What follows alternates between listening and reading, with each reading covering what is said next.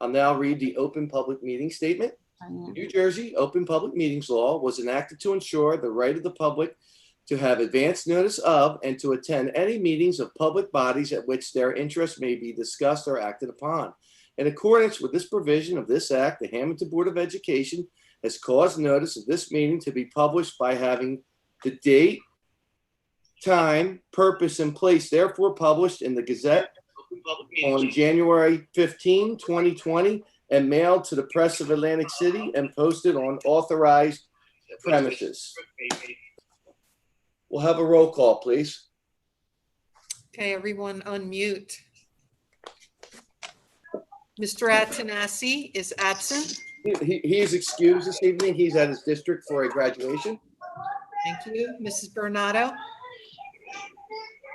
You're muted. She's present. All right. Mrs. Burns? Here. Mrs. Fallon? Here. Mr. Lyons? Here. Mr. Pangia? You're muted, Mr. Pangia.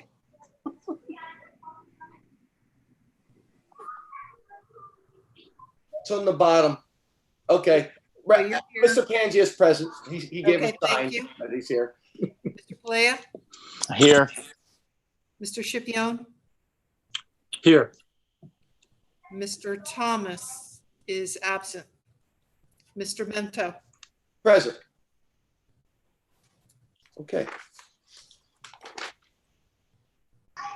Now, I'm going to wait for Mr. Pangia, and then we will rise for the flag salute.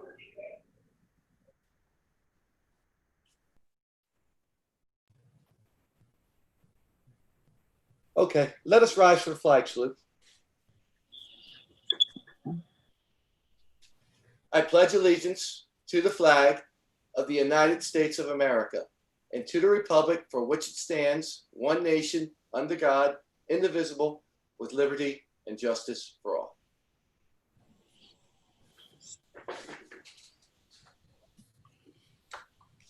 Okay. Once again, good evening, everyone. I see that all our board members are here now at their seats and muted. Okay. We will go to our committee reports. Before we go to individual board members for those committee reports, we're going to go to Ms. Giecko. She's going to give us an update on the restarting plans and what we've been putting together. And she's going to talk a little bit about the 2021 school registration that will be going out to all the parents and what will need to be completed for the school year coming up. Ms. Giecko, the time is yours. Thank you.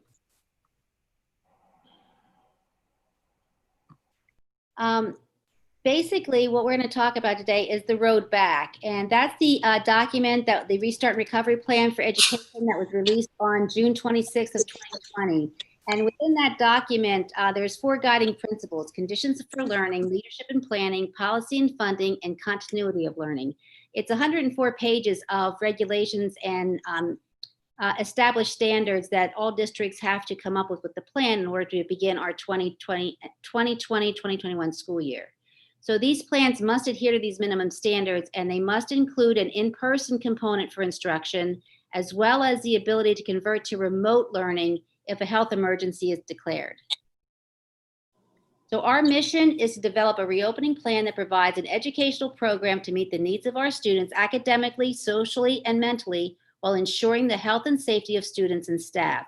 So it's quite a large job and not a lot of time to do it, and with a lot of regulations and questions that still need to be answered. So in order to develop this plan, we had to involve our stakeholders. So we have different levels of committees. We have building level committees as well as a district level committee, because each building has its own unique needs and has unique challenges that go along with based on the age of the students and the populations and things like that. So building levels met with this past week, along with sending representatives then to the district level, where we've had board members, community members, parents, and eventually we'll bring some students on for the high school just to get their information and their insight as well. Districts also and buildings also need to have a pandemic response team, and they're more responsible for the health aspects for these recovery plans to make sure that we're following all the suggested guidelines. And the parent surveys are very important. We're going to be asking for input. We asked for input at the end of the school year about remote learning, and we're going to be asking, it's not quite a survey, it's more of what your intentions are for the upcoming school year based on what we are presenting. So the main areas of concern I feel that most parents have, as well as students and staff, is the health and safety measures that we've put into place, transportation concerns, as well as what type of academic programs we'll be offering. So starting with the health and safety measures, we're installing hand sanitizing stations in all classrooms, entrances, and offices. Face masks and face shields are being purchased for all staff. Disinfectant sprayers to sanitize buildings, and installation of plexiglass in areas with high volume of visitors, such as front offices, nurses' offices, guidances, and child study team offices. Transportation is probably going to be one of the largest challenges we have, because the recommendations are to remain 6 feet apart while the students are on the bus. That would only allow us to have 11 students on a bus, and we aren't going to be able to get our drop-offs and returns done in a timely manner with that. So if social distancing cannot be maintained, students will be required to wear a face mask while they're on buses. And this will allow us to go to about 25 students on a bus per run. And again, they will have to wear face masks because we cannot follow the 6 feet of separation on our buses. So we'll be asking parents that if you're eligible to receive busing, will you choose to do that, to have your child ride the bus with a face mask, or will you choose to maybe just drive your children to school? And once we have an accurate number of the students that need transportation, we'll be able to determine exactly how many students will need to be placed on each bus. Now, the instructional models. You hear a lot of different things on the news, and I want to kind of explain what each one would look like were we to open, or when we open at the end of August, or actually would like to move it to maybe the beginning of September. So in-person instruction, if we brought all of our students back, all 3,500 students, they would attend classes daily with social distancing and health protocols in place.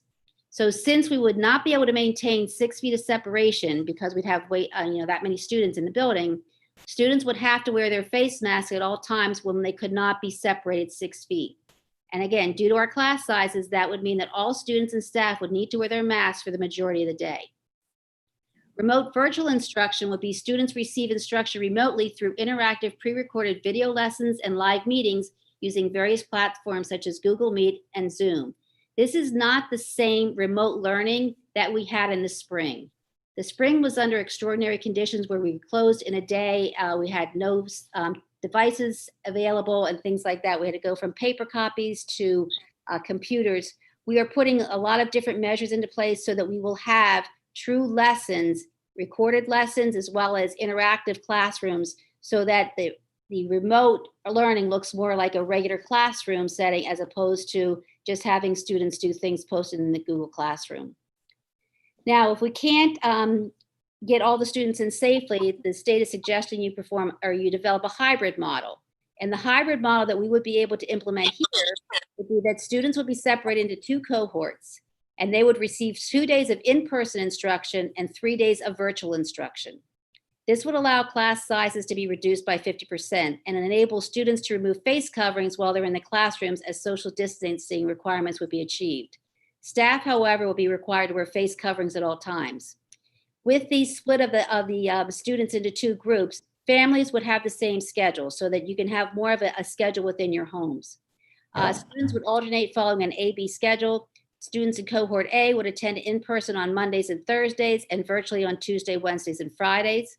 Cohort B would attend in-persons on Tuesday and Friday and virtually on Mondays, Wednesdays, and Thursdays. Wednesdays will be a deep cleaning day to sanitize the buildings and also to provide time for teachers to develop interactive video lessons for virtual instruction. Students would also be required to follow a schedule, whether in person or virtually. It's not going to be where they get the work done whenever they feel like. We're going to follow a schedule, a set schedule, whether we're in person or whether we are working remotely. And then the other option is homeschooling. A lot of people confuse homeschooling with virtual instruction.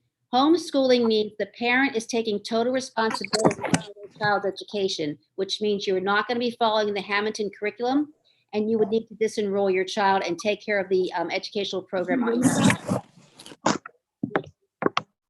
Some of the preliminary plans that we have, if we have to implement the AB hybrid model, students will be placed into 2 cohorts alphabetically.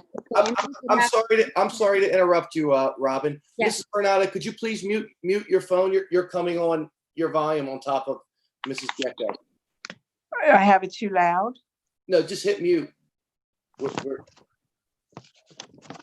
Okay. Okay, so families would be on the same schedule as I said before. Students would receive 2 days of full instruction per week with classrooms at 50% capacity. And again, this would allow for more targeted, individualized instructions because the class size will be much smaller. Face masks will be required when social distancing of 6 feet cannot be maintained, and students would be able to remove masks during the classroom setting. Wednesdays will be remote learning for all students, as the buildings will be deep cleaned and teachers will develop instructional videos and meet virtually with individual students. Students in self-contained special education settings would attend in-person instruction 4 days per week. This would allow for related services to be provided in the school setting. Our pre-K students would attend 4 half days a week, so their schedule will be basically the same as it's been in the past. And staff will be reporting to the buildings 5 days a week. Some additional improvements that we're making so that we can make these transitions to whatever form we have to implement at the beginning of the school year is we spent a lot of money that we received from CARES funding and able to purchase Chromebooks or a tablet to be taken home for all of our students in grades K to 12. So students will have their own device that they will bring to school daily and they will take home daily, so they would have access to it 24/7. Google Classroom will be utilized to list all assignments, lessons, and classroom information. Again, in the spring, we had a lot of different platforms that were used. It was very confusing and difficult for parents and students to follow along. We want to make that streamlined and one place to find all the information that you need. We also purchased the Parent Portal app so that we can increase our communications with parents, so you'll be able to access it easily on your phone. We are developing a new district website to make things easier to find on our website. And we're also developing consistent schedules for in-person and remote learning to provide routines, because that's what we noticed when we got our surveys back that was lacking. The students need routines, teachers need routines, families need routines, and that's going to be implemented no matter which schedule we decide to adopt. Thank you very much, Ms. Gecko. There's some more slides there, I'm sorry. Okay. My thing got stuck. Okay. So what our new normal procedures will look like. School is not going to look the same this fall as it did last fall. And we have to get used to these new things. So we have daily health and temperature screenings that will have to be implemented. There'll be new traffic patterns in the hallways and stairwells. There might just be an up stairwell and a down stairwell. There'll be modifications to school lunches because we have to be able to provide protection in the lunchroom because they will not be able to be wearing masks because they're going to be eating. So in the K to 5 classrooms, they may be eating in their classroom as opposed to the cafeteria. And the high school and middle school will have to have split lunches in order to allow for these proper social distancing. We'll be repurposing space within our buildings to provide increased social distancing. Classroom desks will be placed in rows. You won't see them in groups like we have at our EC, and West. They'll have to all be in rows to help with the distancing. Classroom rugs and extra furniture will be removed. Students will not really be working in groups or sharing materials so that we can avoid the contamination. Locker rooms will be closed. And we're going to reduce the amount of need that students have to be at their lockers at the middle school and high school because they'll all have Chromebooks, and that will kind of get rid of the need to carry around large notebooks and large textbooks. In order to be able to plan for these, we really need our parents to provide us with what they will be choosing for their students in the fall. So we want to give parents the choice, parents the option, and we are going to be developing, it's a survey, it's a Google survey, but we need your input. So it's really technically not a survey, it's really your intentions for your children for the fall based on the information that we currently have. So you'll be asked to select which instructional model you feel most comfortable for your children and for your family needs. We'll also be asking you about your transportation preferences. If you're entitled to a bus, but you're choosing to drive your child, we need to know that. And also your internet connectivity, because if we need to help you get high-speed internet, or at least to get you a better form of being able to connect so that the Chromebooks work better at home, we need to be able to help you with that and find out who those people are.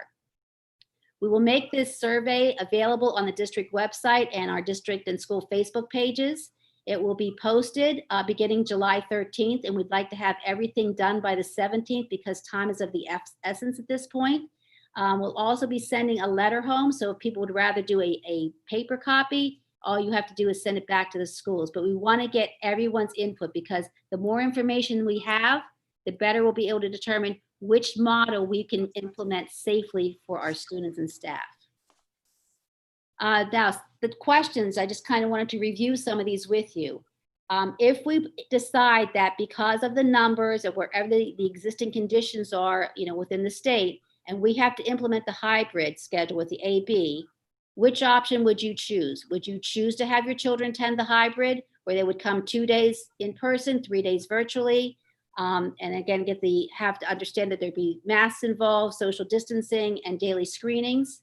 Or would you prefer that your child doesn't return to school and you only get remote learning, where you would be having access to our curriculum and our videos and the Zoom meetings with the teachers? However, you don't feel comfortable sending your child to school at this time. Or you could choose to homeschool your child, where you take care of all the educational needs and withdraw them from the district. They no longer are considered Hammonton students. And again, the transportation questions are key, because in order to determine how many students we have to put on a bus, we need to know how many students will be riding the bus. So if you are entitled to transportation, we're going to ask you to make a selection, whether you're going to use busing or you're going to choose to drive your child to school. And some final thoughts. We all truly believe that children belong back in the classrooms, teachers belong back in the classrooms, and that's what everyone is trying to get to. We just have to make sure we do it in a way that's safe for everyone. And by having the numbers of how many people are returning to school, that will be driving which model we are able to implement. So that's going to be what we have to work on within the next few weeks. And if we have to go to the hybrid model, it's not going to be a decision that we're going to make lightly, because we understand that puts a tremendous burden on our families, especially of our working parents. And again, any plan we choose always has to have the health and safety of our students and staff as our top priority. And I'll turn it back over to you, Mr. Mento. Okay. Thank you, Ms. Gecko, for that nice presentation. And again, we say it all the time that it's a fluid situation. Even just now, from the time Ms. Gecko put that together till this evening, I know it's been coined a survey, but this truly is a registration for what you want your child to do this coming year. So it is imperative that parents and guardians get this information back to the school district as soon as possible. I'll now we'll go to committee reports, and I'll put my buildings and grounds hat on, which again could be a complete reiteration of what Ms. Gecko had said with the spacing and all the cleaning and what we have to do with the COVID. Again, we could have a great plan, but if things change, that plan is going to have to change as well. So the first start is getting the information from the community and getting the counts that are going to tell us who is looking to come in school, who wants to do virtual. That will affect our bus routes. That will affect how many days our children who will be able to attend school, and et cetera, et cetera. It just goes down the line. So guys, again, I can't overemphasize how important it is to get this registration filled out and get it back to the school district. We continue to make plans on cleaning the school, how we're going to keep our children safe, putting different types of plexiglass barriers in high traffic areas. We've begun to reconfigure the flow of the students as they walk in and out of the building and through the hallways. All this, is going on a day-to-day basis. And I just want to thank all the board members for the time that they have put in this last 2-3 weeks. I know it just seems like it's been one long meeting, but we are volunteers, and I thank you all for your commitment to the school district, because what it comes down to is we all want to give the kids the best we possibly can in this very unique situation we find ourselves in. I want to now put out a phone number to everyone who would like to make a public comment for the first or second public comment. The number we're using tonight is Miss Prettyman's line. Is that what we're going with? No, it's Okay. 609-567-7000, extension 382.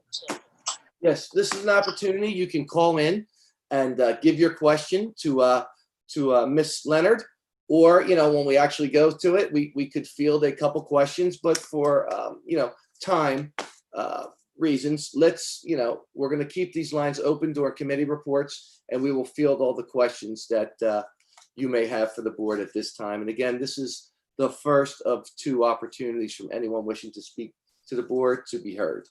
With that, now I lost my grid with everyone. There we go. I can see everybody now. And we will begin with our finance chairman, Mrs. Bernardo, for committee report, please. Okay, thank you. You'll see on your agenda this evening, we are renewing our New Jersey School Board membership. That amount is mandatory, and I believe the membership is also mandatory. We are awarding a contract for the student accident insurance. We are accepting with pleasure from the Hammonton Ed Foundation grants that are allocated to teachers, administrators who have put in a grant in the amount of almost $33,000. One of the most interesting ones that I thought, and people I think will have a good time with, is a therapy dog in the middle school. And I think that's going to be an exciting challenge. We have a contract to Johnson and controls for fire and life safety systems. And number 39 on your agenda, you will notice that we will be hiring fall sports personnel. That's all I have. Thank you, Mrs. Bernardo. Mhm. Now go to Mr. Scipione, Community Relations, please. Followed by Mrs. Fallon. Thank you. We made plans for the in-person graduation celebrations that we just finalized a few minutes ago. Information regarding the times, procedures, and tickets will be mailed next week. Each grade will have 2 ceremonies in order to comply with the crowd size limitations. On July 20th, the high school ceremonies will be held with a rain date of July 21st. The first ceremony will begin at 5 p.m. and the second ceremony will begin at 7:30. I believe we will be putting all the students on the field at one time and then shifting the parents in. Is that correct, Robin? Yes. Ms. Gecko? Okay. 8th grade ceremonies will be held on July 22nd with a rain date of July 23rd. The first ceremony will begin at 5 p.m. Second ceremony will begin at 7:30. Students will be placed again into groups and also will be on the field at the same time, and then we'll shuttle the parents in 2 groups. All graduates and guests will be required to wear masks and maintain social distancing.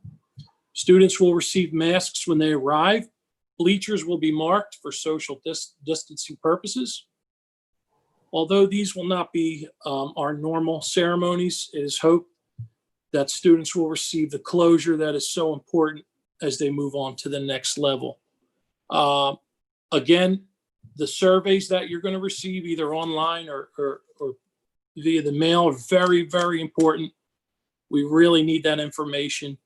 And I just wanted to mention getting back to what Robin said, any decision you make, I believe, will be for half a year, Robin. Is that how it'll That's work? correct, for the first. So, okay. So if you choose to homeschool your kids using our curriculum, it would be for half a year.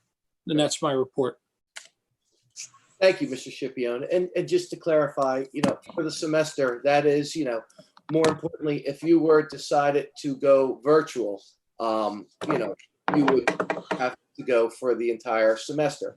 Now, if you were already enrolled and God forbid, if there were an illness or if you decided that this just doesn't work out for your child, you could then go to virtual, but you can't go the opposite. It's easier for the district to have you go from the classroom to home learning versus trying to fit another person into the district once we already have it configured to work within the boundaries of the law with social distancing for the COVID-19.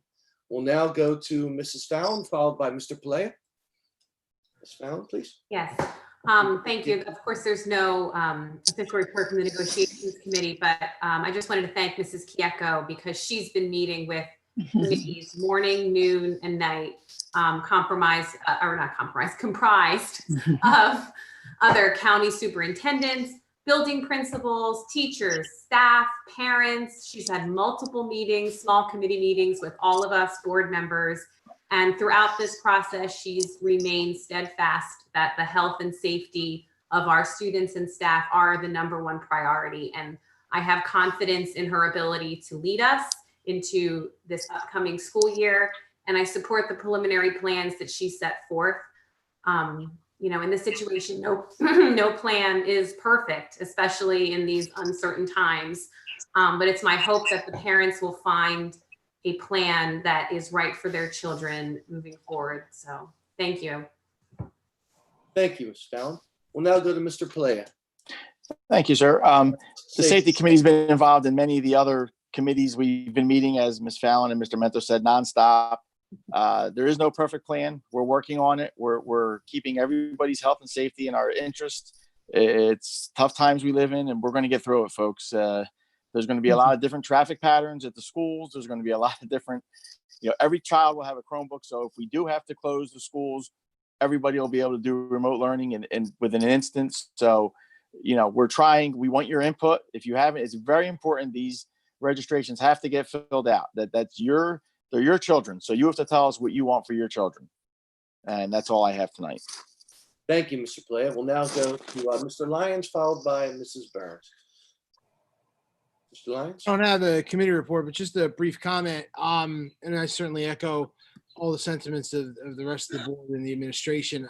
I would just say that, this 104 plan, the road back and the roadmap that the governor's office has put together and the Department of Education has put together is something driven by state government and handed down to every district. So I encourage parents who have concerns or complaints or questions of how and why some of these regulations are in place to contact your legislators, contact your assembly people in the 8th district and your senator from the 8th district, your state legislators, and let them know that whether you're happy or unhappy. I mean, I frequently let them know how unhappy I am about a lot of the things and the pressures being put on local districts. So I encourage everybody to engage in the process. That's my report. Thank you, Mr. Lyons. Now, Mrs. Burns from Curriculum, please. Yes, good evening. Yes, curriculum met, and of course, it overlaps a lot with the restart plans. And I too want to commend Mrs. Kieko for staying the course and putting our student safety as the priority while trying to implement curriculum and learning. And I wish everybody a safe school year. Thank you. Okay, Mrs. Prettyman, do you have an update for the community? If not, we'll go right into the public comment portion. Nothing? Okay. Again, this is public comment. Mr. Anyone? Mento, we do have a comment. Okay, fantastic. This is an opportunity for anyone wishing to be heard to come before the board. Mrs. Leonard, if you'd be kind enough to relay that comment to us, please, or question. Okay. All right, you can go ahead and make your comment.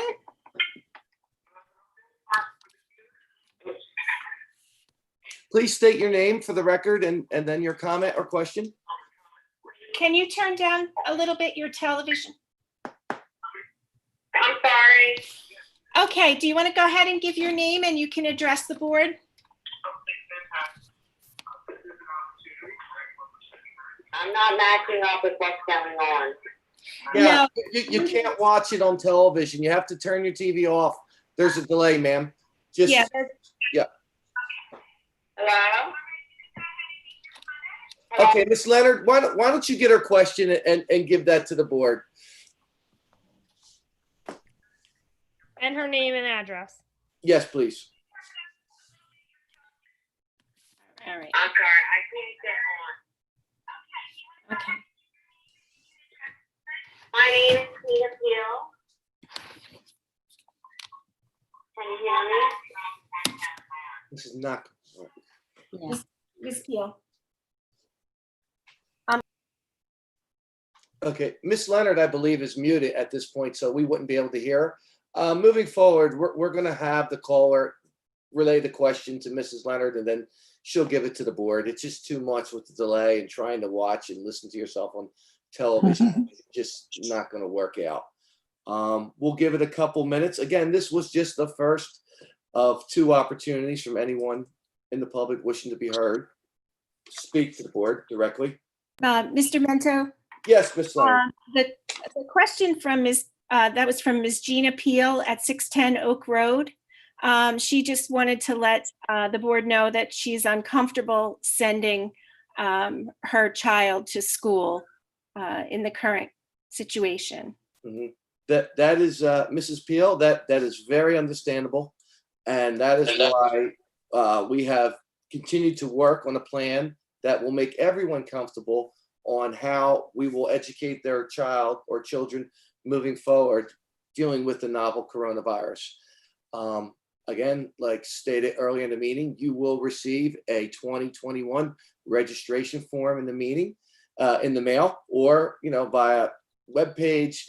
It'll be everywhere, and then you can choose at that time to either homeschool, which would completely disconnect your child from the school district, or if you wanted to take advantage of the school district's virtual learning, you can sign up for that and go exclusively virtual teaching.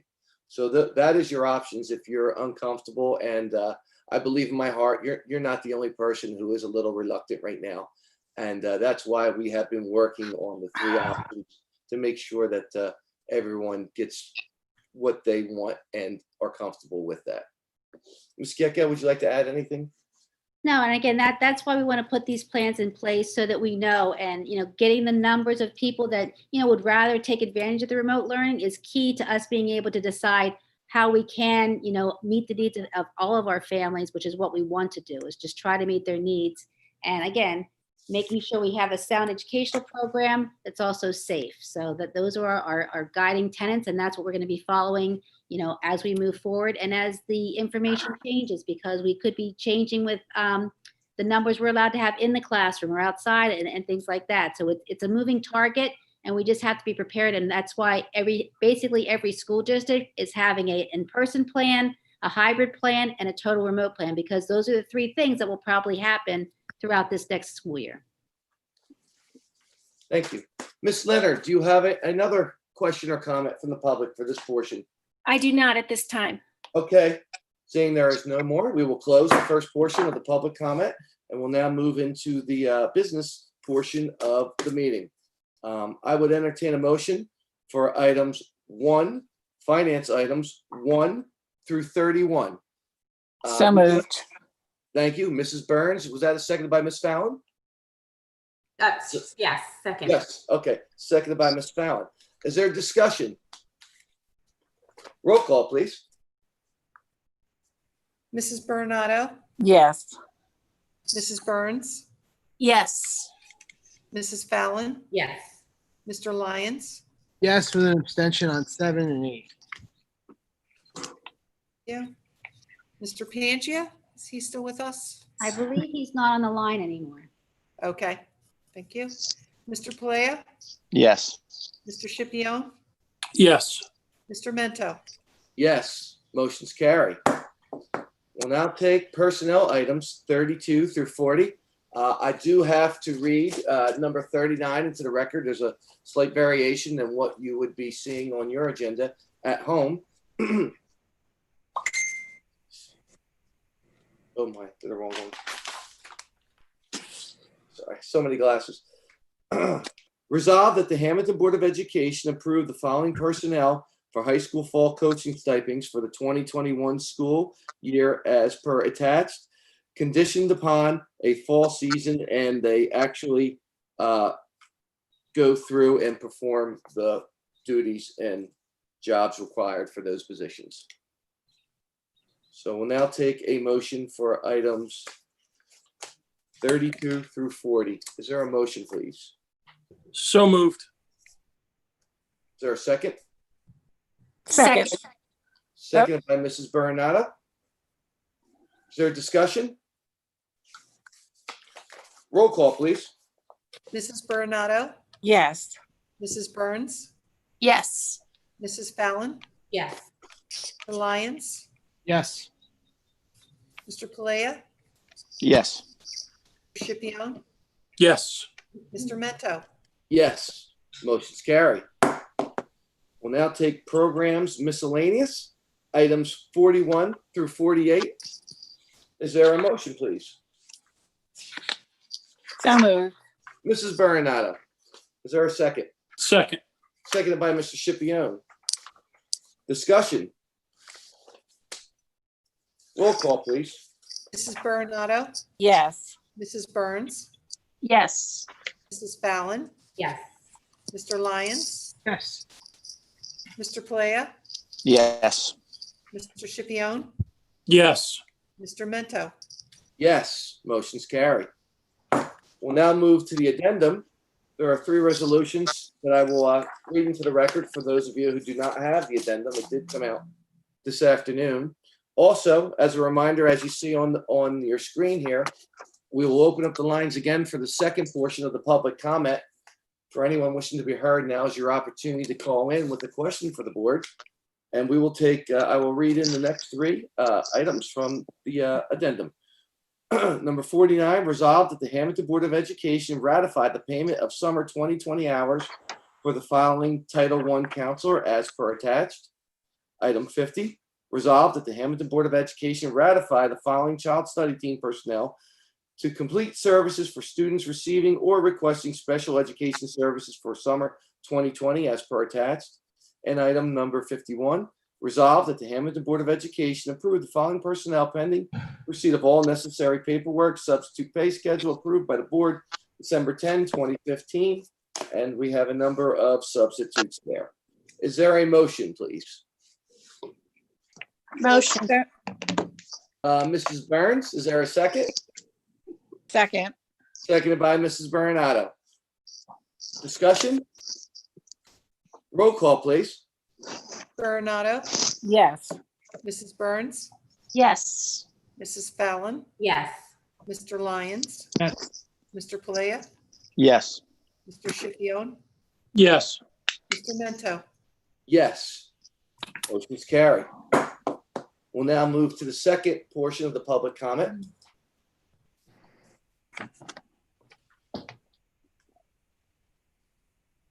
Have we taken any calls while we were in No session? calls at this time, Mr. Minto.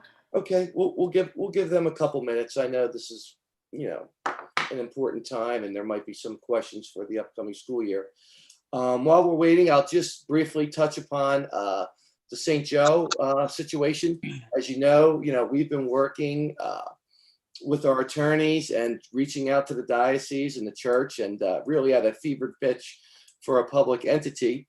And currently, we're trying to take possession of the deed. The building is coming back to us. There's no doubt about that. And then we'll be setting up a lease to go out to the public. As you know, there's a lot of interest from St. Joe to maintain a school there in a slightly different version than what they currently have. But again, being a school, funded by taxpayer dollars, there is a process when we enter into a lease or go out to lease. So once that is completed, we will go out to bid. There will be a time period, and then we'll collect the information and see what happens. I think, everyone knows here that I feel very comfortable speaking for the board when I say we've all been rooting for St. Joe to pull this out.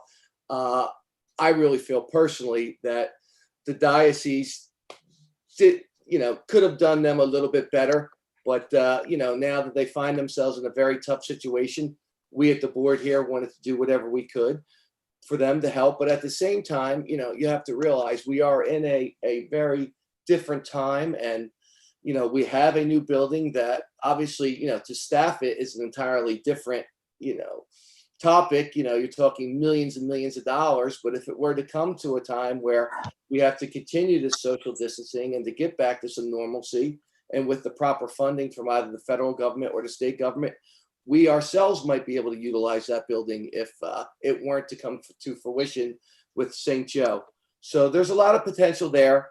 And right now we're just in a position waiting for the diocese and the deed to get transferred back to the Hammonton School District.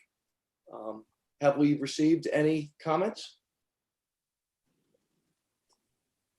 or questions? Hold on, Tammy? Mr. Mento, we do have a comment. Okay. Um,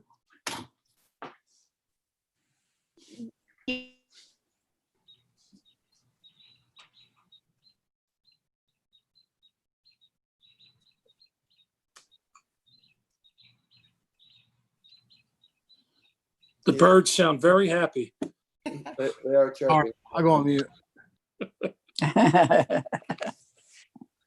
And while we're waiting, again, I cannot overemphasize the importance of the registration for next year. Please, folks, when you receive it in the mail, or if you go, onto the district webpage, you can very easily click onto the link and, let us know what's happening. One, with the type of education you would prefer for your child next year. And number two is the transportation. Transportation, it's so important to know the numbers, just because we are limited in the capacity in which we could fill these buses, and that's really going to affect how we move forward.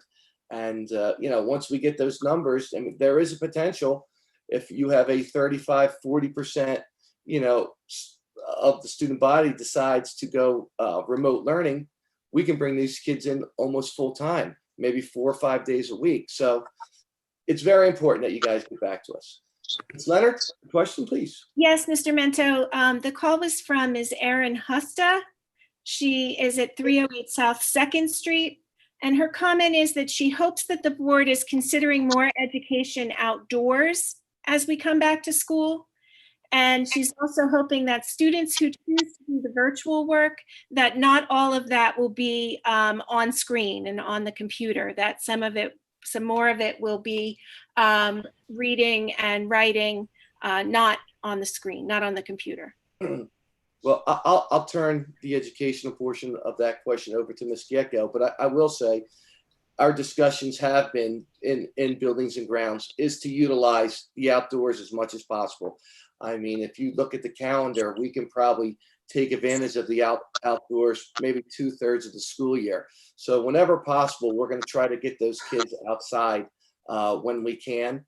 And, with the remote learning and not having to be in front of the screen, I wholeheartedly agree with you. I think kids these days get way more screen time than they need. And, our teachers are working diligently to put together lessons that will make them work creatively and without the use of the computer. And Ms. Giecko, if you want to fine tune that statement. I just want to touch on one of the programs that we're purchasing, or I think we've purchased already for next school year, is a STEM program where there's all different types of problem-based learning, where they will be investigating things. They can do experiments on their own. They can try things out. So that it is a lot of hands-on. It's a lot of inquiry-based. So it won't be just sitting in front of a computer, because you can't, come up with those ideas that way. So, and it's based on student interest and things like that. So it's an exciting program, and I'm happy that we'll be able to add it to our existing curriculum already, because it will supplement that very well. So that's just one of the types of things. And as I said, things are different in the fall than they were in the spring. We have time to plan for the fall. We didn't have time to plan for the spring closure. So, the remote learning will not look like what it looked like in April or May of last year. So yes, we're looking at all different types of ways to engage our students and to make it a worthwhile educational program. Thank you. Ms. Leonard, are there any other comments from the public? I do not have any other comments at this time. Okay, board members, we'll give them a minute. If anyone else wants to add something tonight before we close. Mr. Mento, I wanted to add, Yes, I want to make sure that our families understand that They can choose the program that they want. We're not gathering information to find out what is the most popular choice and so that we can make a decision. We're offering the 100% virtual learning for those families that want to do that, and the hybrid method for those families that would prefer to send their children to school a couple days a week. We're accommodating both. Or if you choose to withdraw and homeschool on your own. So the district will make all of that work. It is your choice, not a majority rules. Correct. That's a good point. Thank you. And also to touch upon the homeschooling, although, you will be taking off technically the roles of the Hammonton School District. As you can see tonight, we approved a homeschool student to play sports. So if that's a concern, if you want to do the homeschooling and have your child participate in sports, that can be done. It's a process, but be aware that, you would have to go through the paces and get board approval, which, in this, time, it's a little bit more than the formality for us. I don't see the board having a problem stopping any student wanting to take advantage of a special, of an after-school activity who's homeschooled. This is our town, and we're all in this together. Are there any other questions from the public or comments, Ms. Leonard? No other questions. Okay. Well, with that, I will now entertain a motion to adjourn, please. So moved. Mrs. Bernardo, is there a second? Second. Seconded by Mr. Scipione. All in favor? Aye. Okay. Well, thank you very much. Hopefully this will be the last of the 2020 Zoom meetings, and it's our hope that on our August 20th regular meeting, we'll be back in the Samuel Donio Memorial Library. Once again, thank you, everybody. Be safe, and we'll see you real soon. Good night. Good night.